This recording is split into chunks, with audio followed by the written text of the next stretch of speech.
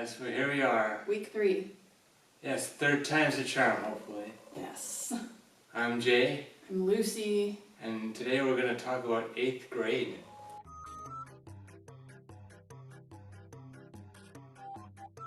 My favorite movie ever.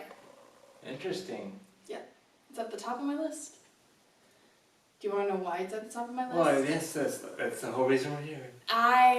It was very, very relatable to me because of my middle school experience. It came out when I was in 8th grade. Very convenient. Yep. She makes YouTube videos like I did. She's blonde. She's shy. Like everything she did, I did myself pretty much. So it felt like I was watching my own life being played out in front of me. And I was like, what? Like, it was kind of crazy. I wasn't expecting it to be that relatable to me. Interesting. Because you would have a very different perspective on it. Yeah. I mean, I thought it was very well done. I thought, I think I commented to you once that it's not the first movie I've seen about like the awkwardness of being in middle school, high school. Yeah. Like there's 16 Candles, Weird Science is very much kind of that sensibility. I'm blanking on some other examples right now, but I think there's been a whole lot of them. Breakfast Club kind of. Yes. Although I think in a way, I mean, I guess Breakfast Club is a really good real world example of some of this, but 8th grade is more modern era version of that. Yes. And I did find it interesting, like, there did seem to be a strong sensibility of, like, this girl who's, it's like how it is nowadays, like the real world thing too, of she doesn't feel like she fits in, but then she does all these videos that seem like an aspiration, like this isn't necessarily who I am, this is who I think I am or want to be. Yes, for sure.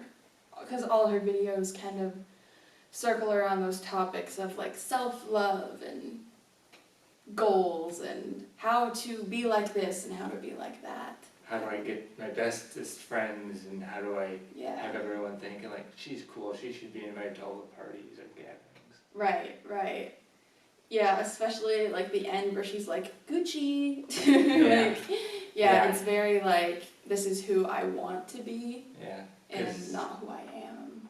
Yeah, I know, like the whole Gucci thing, and as you're watching, you're thinking, does she own anything that's Gucci, or is that just all about the, it's a brand that's most young ladies or women, and I'm sure there's other people out there that aspire to have that type of stuff because it means you're successful. It's kind of like going to a restaurant that's not necessarily like good, you just want people seeing you there because like, you can afford to eat there. Yeah, and I feel like, I don't know if I'm right about this, but when I was in middle school, the Gucci thing was like a trend. Okay. So that's kind of where it stems from, I'm pretty sure. But it was so long ago now that I don't remember exactly, but it definitely, she wasn't the first one who came up with that. Okay. I think. And I mean, like, to be fair, I don't know if it was the actress that had that idea or if Bo Burnham wrote it as part of the script, because comedian Bo Burnham wrote and directed this movie.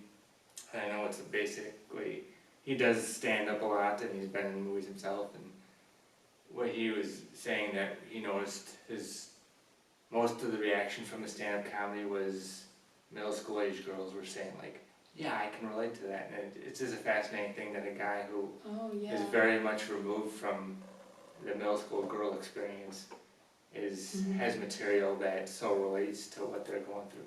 Exactly. That's like exactly what my parents said. I watched it with them at the Uptown Theater in Minneapolis. And they were like, how did he do it? How did he do it? I was like, how did he do it? This is like my thing. Like, I love writing and just everything about film. And it's like, even though I felt like I lived that movie, I don't think I could do it like that. Like, all the little details, the little trends, like where they'd be like LeBron James, or, like all the little stuff they said, like that was what my middle school was like. And I try to write everything down, and it still is just like, there's little things that you miss, that you forget, and I thought Bo Burnham did that really well, catching all those little details, and that is what really hit it home for me. Yeah. And I mean, too, like, you might think, oh, you know, this person came out or realized they were gay young, so they had more relatable sensibilities of that. I don't think he's even gay, he's just a Yeah. straight man that somehow tapped into that same sensibility. Mm-hmm. I'm not saying you have to be gay to have that sensibility, but I feel like when you're gay, you relate to girls better than straight guys definitely would. I think so. And interesting thing about Bo Burnham, that I hear he's a little bit problematic. And I came across this TikTok of this kid who went to high school with him. And apparently Bo Burnham like teased him for like being gay. But like the kid wasn't gay, but he was like, you're gay. Yeah. But yeah, so I mean, we're separating art from the artist, I think, a little Yeah. bit here. Yeah. And the thing too is, like, a couple of points I really wanted to discuss is, Yes. well, I mean, going to the, like, that thing where there's, like, Bo Burnham, of course, was in Promising Young Woman. I don't know if you're familiar with that one. Yeah, I haven't seen it, but I want to. It's definitely worth checking out. And it's like, oh, the whole premise is this woman who was in college and like a promising young woman. She had a great career ahead of her, and then her friend is like raped at a party and ends up committing suicide because the mentality is like, oh, get over it. We can't really do much to anybody, so just go on with your life. And then of course she's very upset because her good friend committed suicide over the situation, and then she's like going out to clubs acting messed up.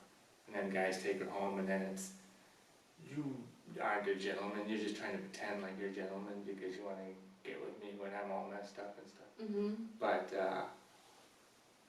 there's a scene in this movie, 8th grade, where she goes out to the mall with the seniors.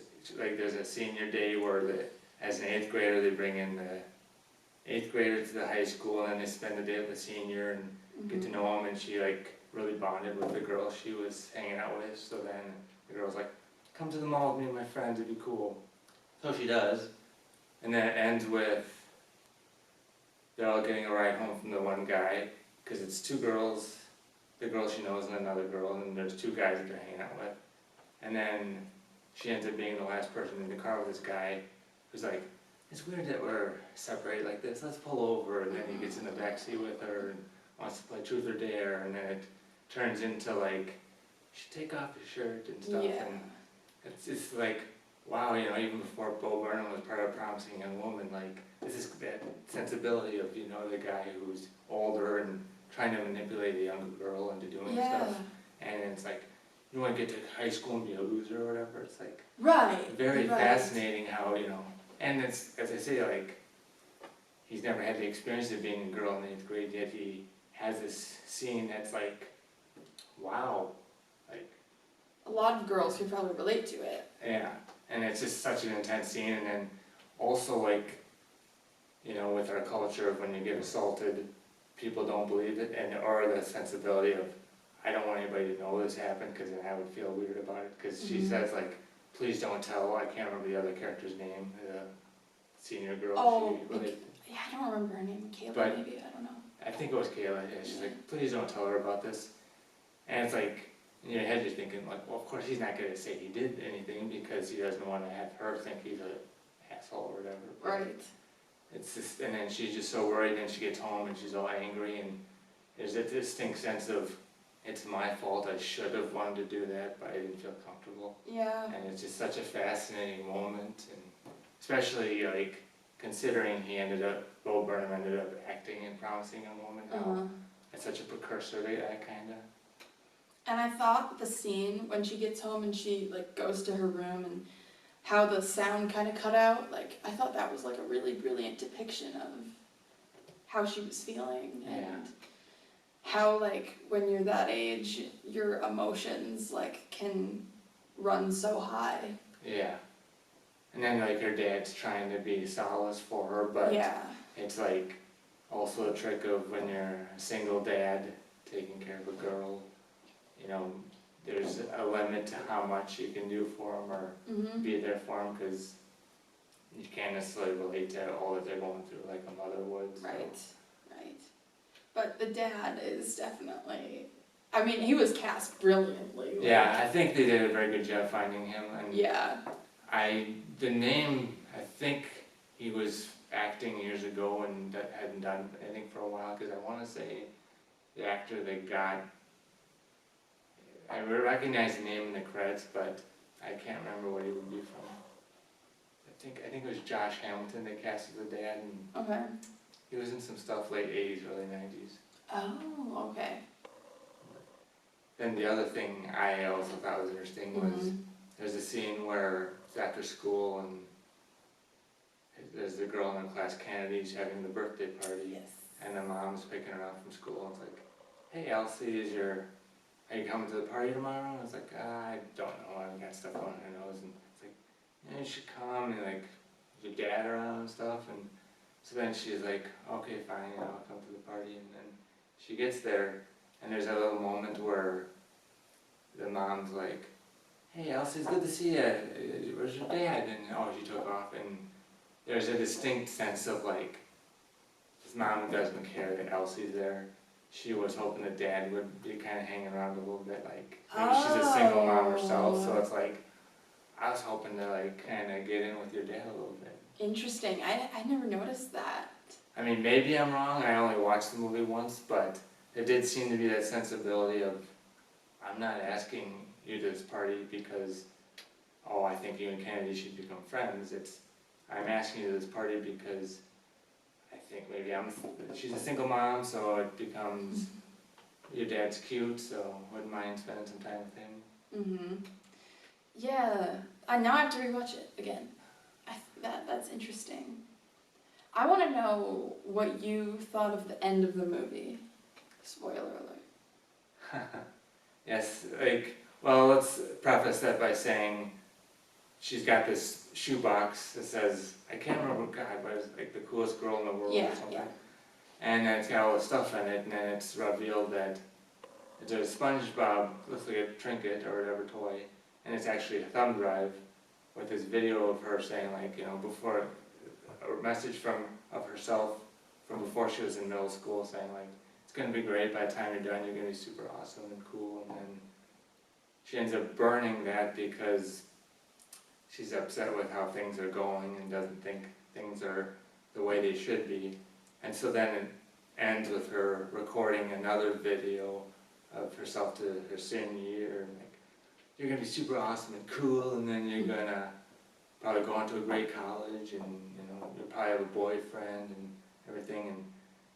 And it's interesting, like, it's almost one of those moments where it's like, is this meant to be like she didn't learn a whole lot from any experiences, or she's just trying to like cycle through the same thing again? See, that is a very good point, because as an 8th grader watching this movie, I watched it in July, right before high school, and it gave me a false hope, actually, because she speaks of the high school, and maybe I, misinterpreted the angle of the film, because I was, 13? But, like, there's definitely, like, a sense that high school is better than middle school, and that people there are, like, more well-adjusted or whatever. But, like, I don't know. After I was done with high school, I, like, could not relate to that.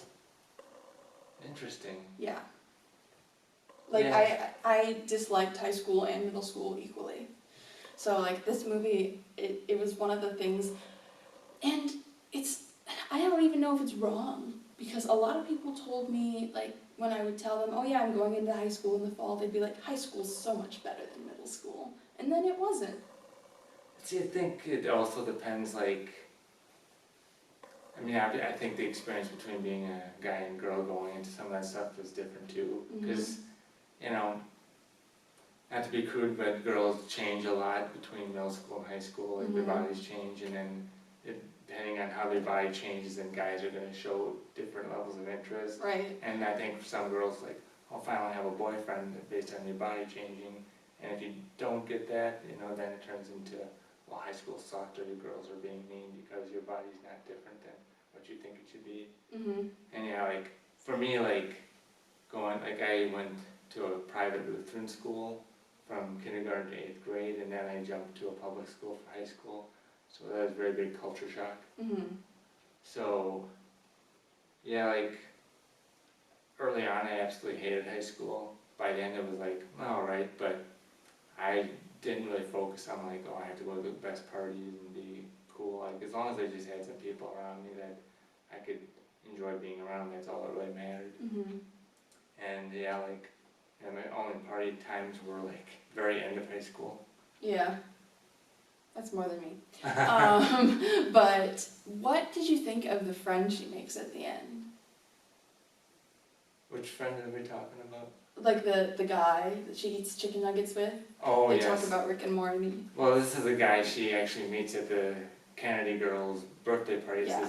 It's like the weird cousin, I guess. Yeah, the weird cousin. And I mean, I think it kind of shows some growth in a way where it's like, I don't have to be focused on this other boy. And there's some there that I'd like to discuss too. Yeah. But, you know, just because somebody's, you know, if you like being around the person, it shouldn't matter what other people think of them. Mhm. Unless there's an issue of like, okay, they're a massive douchebag and they're trying to encourage you into things that they shouldn't, or you're going into things you're not comfortable with because it's, oh, if you want to be friends with me, you have to do this, that, the other thing, you know. If they're a little weird, it's fine, you know, as long as you feel comfortable around them and what you're doing with them. Mhm. That's the most important thing.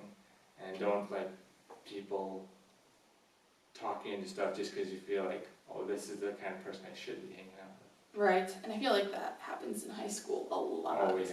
But I also feel like that scene did give me some hope for her. And I don't feel like she's the kind of person who would, you know, drop the guy who's nice to her Yeah. finally after she wants a friend. Yeah. And then, well, I don't know if there's more you wanted to say on that, but I wanted to talk about the cute guy that she's all about. Right, And then right. there's the I had one of those. Yeah. but there's the scene where they're having the active shooter drills, which it's like, I have a whole interesting story about that. I'm not going to go into it here, but Okay. just the fact that we live in a world where you have to now have active shooter drills when you're a child. Mhm. But they have an active shooter drill, and then she starts talking to this guy she has a huge crush on, and then it comes up like, and then somebody had said like, oh, we broke up with so and so because she wouldn't give him oral sex, and then Yes. she's like talking to this guy, it's like, oh yeah, I'm a master of the oral sex and everything, and then a little while later suddenly she's googling what it's all about, and then watching like a adult film star giving a tutorial on Yeah. things, and it's just such a fascinating thing, and then it becomes that moment of like, yeah, that's an interesting one. It's like, you're really gonna do something you have no idea what you're doing and wouldn't feel comfortable with just to get a guy to like you. And I mean, I've heard the claims that in middle school girls will just run around and do that sort of thing, whether or not they're like, even if they're not dating a guy, they'll just do it because, oh, it's my friend or I like him. Yeah. And that's really as common as they claim. It's like, wow. I will say that was the culture of my middle school. Yeah, you know, people, like, they passed around explicit photos like they were hotcakes, you know? I mean, like, girls would do nude photos and pass them to guys? Well, boys and girls Oh, both boys did it too? Oh, okay. Yeah, I don't know if we can say that word or else we'll get, like, demonetized. Not that we're monetized, but... yeah, in middle school it was very just part of the culture that people sent each other photos, and then those photos would get leaked, and then that would feed the gossip for the next 2 to 3 months, and there were always rumors that people did more to like that kind of stuff. So when I saw that scene and I was that age, I was like, yeah, he got that right, because that seems to be how it was. I also wonder if maybe he was either interviewing some middle school girls to kind of figure out the script some, Mhm. or if he was just talking to the girls who appeared in the movie and was trying to get their impression of how things were to like get that, because I don't know if you're familiar with the actress Gabrielle Union. She's in Bring It On, and Oh, I've seen that, but she's in quite a bit of other stuff. She was in Bad Boys 2, if you ever watched that one. I haven't. She plays Martin Lawrence's sister in that one, but she wrote a memoir about growing up, and then she was like going to middle school, or I guess various schools, I think mostly middle schools, and talking to the girls there, and then she was saying that, and talking to these girls, they would open up about like, yeah, just giving oral sex to all the boys I know, and then Oh, she was like, are they ever returning the favor? And be like, no. And it's like, well, you know, if you're gonna do this for them, they should do stuff for you. wow. And it's just such a fascinating thing, like, or, you know, the news claimed there's like middle schoolers engaging in rapid sex or just having random partners, Yeah. no big deal. And it's, you know, it's always like, is this really happening? And like, what has led to this sensibility of just hooking up with whoever and just completely abandon Yeah. any norms or anything? And, you know, not to be a prude, but it's also when you're that young, you don't really know what you're doing. Yeah. And you also worry, like, this is gonna lead, like, this is where teen moms come from, or, Right. you know, issues with more STIs getting out there. Yeah, and you know, it was always a joke when I was in school that people were middle school dating, which meant that they really didn't do anything. They just kind of hung out. Yeah, Maybe they kissed, but held hands. held hands, yeah, stuff like that. But I feel like this is like becoming truer and truer by the day. Like people are in such a rush to grow up, and it's in that respect it's quite disturbing. And sometimes you even wonder too if it's, because, I mean, historically there's been the Braggart thing with that, especially with guys, of like, oh yeah, hooked up with her, just to feel like they're a big deal that they got with all these different girls. But then it's like, in reality, it's a lie. They just want to seem cool to their friends. Right. And maybe now it's almost turning into people believe it more, so then they think they actually have to do it and stuff. Mhm. Because, yeah, it's an interesting culture, and like there's a question of why has that culture developed, but I don't know that we can really get into that because not really the point of the podcast. No. Did you have anything else? What about her standing up to Kennedy? See, I thought that was an interesting scene. That was one thing I wanted to mention too. Where Okay. like, shit, like towards the end of the movie, it looks like they're in the line to go graduate. And Mhm. Elsie walks over to Kennedy and just goes off on her, and like, I don't think what she was saying was wrong, but there's also totally the sense of like, Kennedy was probably just, after she walked away, Kennedy probably just thought, okay, so she's a nut job. Yeah. And it probably had no impact on Kennedy, like, I still got all my friends, I'm gonna be super cool in high school, and she's gonna be a loser or something. Yeah. But, yeah, it's one of those weird things where it's like, and then she's doing it in front of a lot of other people, I don't know how many people are actually paying attention. Right. So it's like, there's a bravery in it, but there's also that sense of, is that just gonna translate to when you get to high school? People are kinda gonna avoid you because they're afraid if they do upset you in some way, it's gonna lead to you like going off on them in front of everyone. Yeah, that was another like kind of relatable thing, was that there were certain people you could talk to in middle school and high school, and certain people that you shouldn't talk to because you're not at their social status or whatever.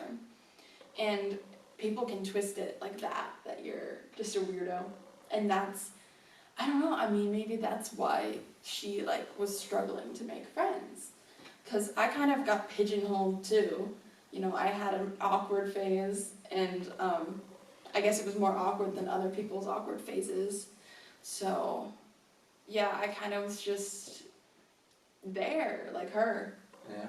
And I was like, oh, I want to make a best friend and do all this stuff.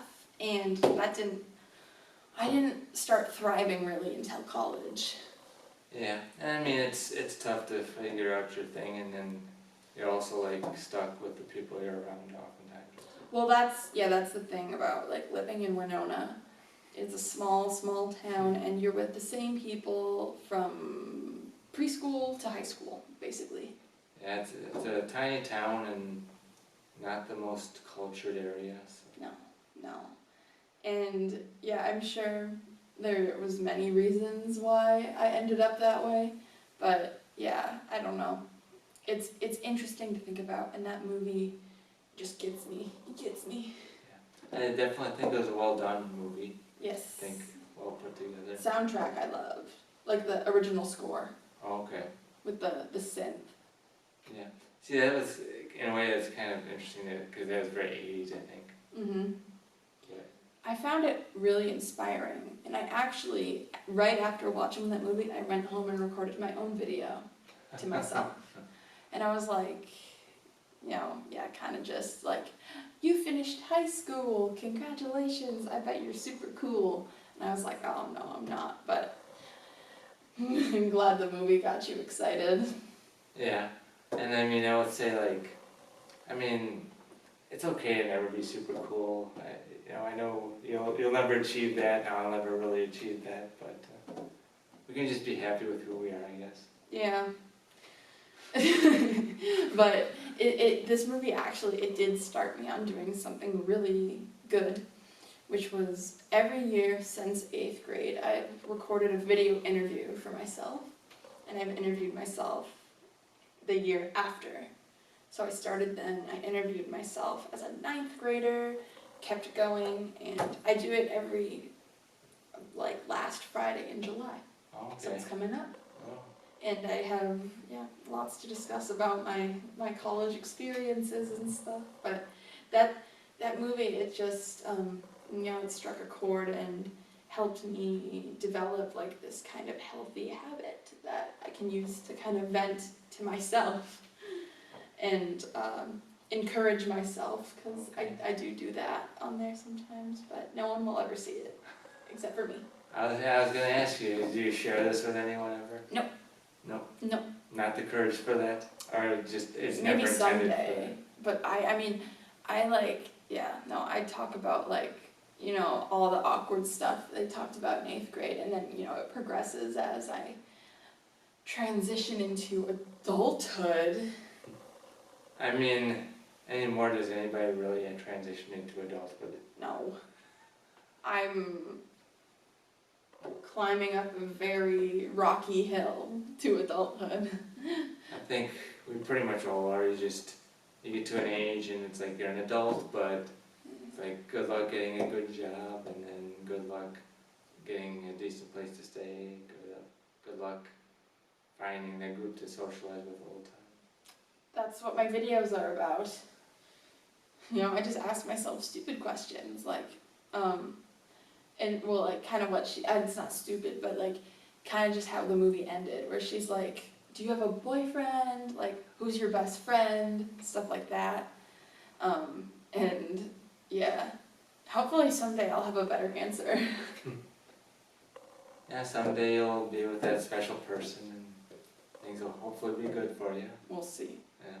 And I mean, it might not be till well after college. Yeah. You always gotta look at it as, don't try to make something work if it's not going to. Right. And that's just the thing, is like this movie makes me think. Yeah. Makes me think and reminisce. Well, I wouldn't say it's reminiscing, but like think about my adolescence, whether I want to or not. What did you think about all the times you want to hook up with people in middle school? Oh, no, just one guy. Just one. And it was the same thing, like where they had that music play whenever he walked in. That's exactly how I felt. There was music going on in your head when you saw him? Okay. Mm-hmm. Yep. And So he knows who he is. Was it a particular song or just it varied? No, just like the string instruments. Oh, okay. I've already embarrassed myself enough in front of him, though. Not that he'd be watching this, but he knows. Oh, okay. And you never know, we might randomly get somebody. Who knows? Who knows? Yeah, like I never had those issues where like, oh, I need to have the cool group focusing on me. Like, I was generally always just like trying to keep my head down. Yeah. Never been about like, I need to go to the party. I guess I just always looked at it as like, I don't mind being alone somewhat, and as long as I once in a while have some friends to hang out with, that's the most important. Oh, for sure. And that is one of the big themes of the movie, is that her character's name is Kayla. And Kayla does not have a lot of friends, or any friends, I don't think. Like, that's how it seemed. And you know, I was fortunate enough to have people that, you know, I could kind of hang out with, because Yeah. I don't think she had that. But honestly, sometimes it felt like I was completely alone. Not to get too dark, but middle school's just hard, and this film just gets that. And let's normalize like having characters who don't have like a best friend sidekick, because some people, they just have trouble making friends and they don't have that. See, I think the only issue with that in any movie or TV show would be, it's a tough sell that, oh, this character's mostly gonna be alone. Like, they need somebody to play off of, even if that's not always all that realistic. Like, you're not gonna have 5 other people that you're always hanging out with. Yeah. But, you know, as long as there's like at least 1 or 2 around you, it's a good thing. And you're gonna have those times, no matter what, where maybe you'll have a falling out and you don't talk for a bit, and maybe you get to a point of like, who cares, let's just do stuff again. But I think in this movie it worked. I mean, yeah, because the point of the movie was feeling anxious and wondering if people thought you were cool, and Yeah. wanting to get to that point where you're among the most popular.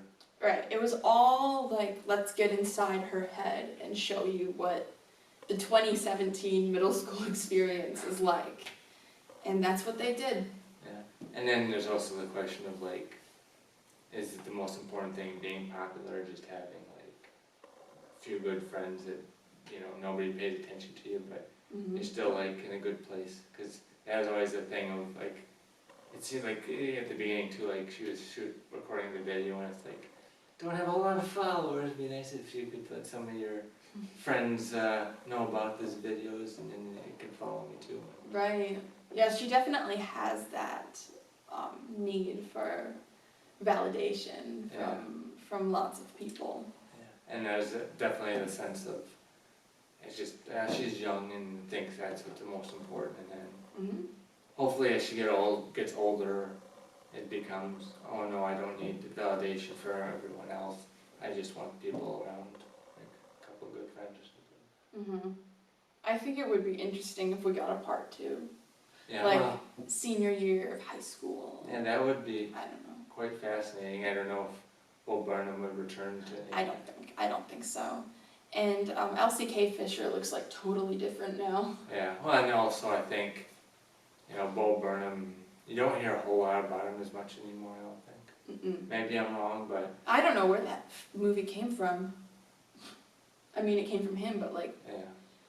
he just thought it up one day, and I think they did it on like a low budget. Oh yeah, I mean... In like short time. Yeah, I think, yeah, it was definitely independent made, and I think, because there's A24, the studio that released it, they do all independent stuff. Yeah.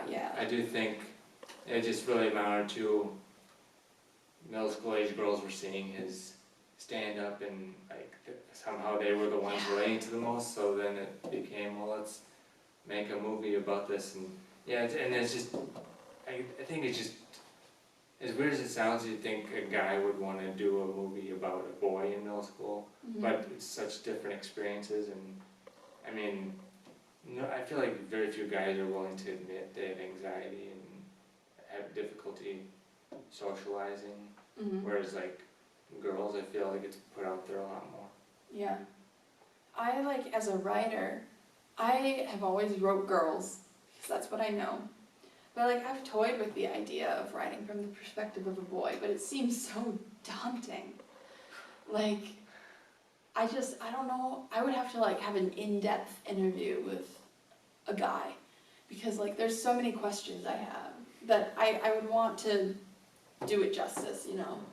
Actually, I would say you probably need an in-depth interview with a bunch of guys, because... A bunch of guys, it's all different, yeah. Yeah, because it's the same thing, like you can't interview one girl and feel like, Right. I know all girls based on this one girl's opinion. Exactly, yeah. I just need to find enough guys who will sit down with me and talk about Boyhood. Richard Linklater knows about it. Yep, he was a boy once, so... Boyhood, that movie kind of helped me understand the inner workings, I will say. I still need to get to that one, but Well, it's just... Hey, I get to pick the one for next I time. know.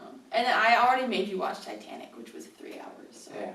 I'm not gonna subject you to Boyhood yet. I mean, and I was trying to figure out what I would bring up for the next one, but you're probably not gonna like this at all. Okay, can I guess? You take a guess. Yeah, I'll give you one guess. Harry Potter? No, Star Wars? I said one guess. Okay. I wanna go into. I'm not watching multiple of a series. Come on, it's only 2 movies. Oh, what is it? Top Gun 1 and 2. Oh, Believe me, no. I'm not happy about this, but I want to talk about it. You're lucky my mom loves those movies. I can handle the first one. It's just the second one. By that point, Oh. Tom Cruise, like he's. Well, it has Glenn Powell in it. I like him. I like Miles Teller. But I don't like Tom Cruise. I also do not like Tom Cruise. I used to think he was a great actor, and now all he does is action. Well, you know, Top Gun is probably one of those movies where, like, I should see it at some point in my lifetime. So I'm not totally peeved. But I don't want to watch Harry Potter. I will spare you Harry Potter, but Yes. you're going to be watching some MCU movies at some point. I would take those over Harry Potter. Okay. Because didn't she say you watched the first 3 or something? Yes. And I'm sorry, Harry Potter is just not for me. Okay. I mean, we could still probably Neither review is them based. Marvel. What? What's that? What? I Yeah, didn't say anything. I know she hates Marvel. She hates any pop culture thing. It's just very unique, obscure things. I like indie movies. Downton Abbey. She's a 60-year-old woman already, so. That's not news to them. Of course I am. Well, I guess this is the point we'll let you go. Yeah. And yeah, it might be a couple weeks before our next video. I mean, depending on when the first few get posted. But Right. yeah, we got Top Gun's gonna take between the 2 of them. It's gonna be like around 4.5 hours. But you know I get a movie in between them. What do you mean? Like, we each request 1 movie per week. You do the first Top Gun, then I get a movie. Then I watch the second one. Okay, but I want to review both Top Gun movies at the same time. That's my intention. So we talk about the first one, then we do my episode, and then we talk about both in the other episode. What we could do is watch one, then we'll do a video for something you pick, and then we'll. As I say, I really want to combine them because, I mean, I'm gonna look into something about the first one, but I feel like there's things I want to discuss about the 2 of them that I think that annoyed me that people loved them so much, especially women, where it's like, really, you're gonna praise this thing, and I'm not gonna go into it right now, but Okay. when we get to doing the podcast for it, we'll do that. Okay. And I mean, I guess if you want to right now, you could bring up what you want to do for the next thing, since. Oh, I have not thought about it yet, Oh, okay. because yeah, I'm focused on Top Gun. Okay. So okay, wait. We do this first one, and then mine, and then the combined. I want to combine the discussion of 1 and 2, because I don't think I have as much to say about 1. It's more I kind of want to talk about 2, but I feel like it's important to include things about 1 too. Okay. Okay, so if I do that, then I could make you watch like a 2 movie thing, Okay. like yes. Mamma Mia or something. Okay, I've seen them both. Well, I'm gonna choose something you haven't seen then. We'll figure it out. Yeah. Or we're just gonna have a big fight about it. I'm sure that once I watch the first one, I'll just watch the second one. Yeah. And I mean, as I say, like the first one is actually not too bad. Like that's back when Tom Cruise didn't come across as an egomaniac. Really? Yeah. Okay. I would say until he got into Scientology, he wasn't that bad. Yeah, probably. We'll see. We'll see. We'll talk about it Sometime in the future. soon. Yes. So I guess for now we part ways. Have a good week, good summer. What he said.